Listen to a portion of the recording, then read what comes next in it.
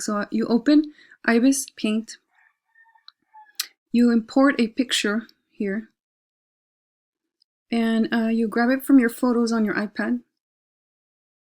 And notice I have my other photos I will use for it. So here's my original photo, and you want to always click on recommended. We want to say cancel because we want it in full color. And then I just want to check that I have my original photo here on the layer 1. This is a selection layer for other stuff. So I want to do that. And right now I'm using the airbrush right here. So you can manage how thick or thin you want and how see-through. Opacity is how see-through things are. So this is the opacity. And then you can change the color of your airbrush. So since I want the grass a little bit greener, I'm going to choose some kind of bright green so I can manipulate how see-through. If you want your photo to look realistic, you want it to be more see-through, and you can still manipulate that over here. You can change it as you go. And then how thick or thin. PX means pixels, so how thick your brush will be. So I'm just painting all over that, and then I'm gonna move forward.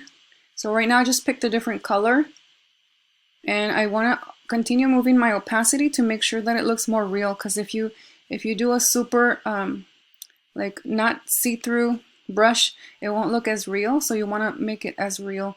Here I could tell there's a line on the cheek, so I might want to redo that part. Okay, so the airbrushes look really nice to go over with soft colors.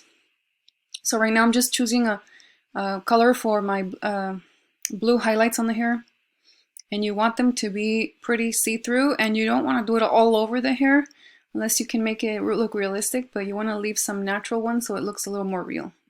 And you want to follow the flow of the hair, so where the hair is going, use your brush that way. So it requires a little bit of art technique. Okay, so that's how we color in any areas. And I grabbed, so let me pause it there.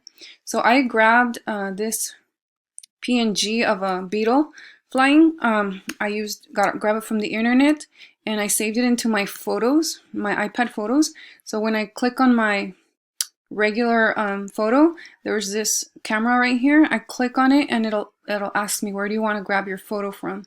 So I chose my photos. So this is where I'm dragging this here. So I'm resizing using this translate tool, and I'm gonna press cancel so it doesn't change black and white. And then I'm gonna add other photos that I have there of a butterfly. So there it is. I'm gonna size it. Here's the translate or transform tool for moving things, make them bigger or smaller. So notice that now there's a layer for each of my pictures on top of my old one. Okay. So yeah, that's pretty much it for coloring in. And right now I'm looking for the border. So let's check out, see where you find the border. Okay, I forgot. Okay, so here it is. So your border is going to be over here, right here where it says frame border, and you can change it how thick or thin you want it. So that's what I added to accent the colors that she already has.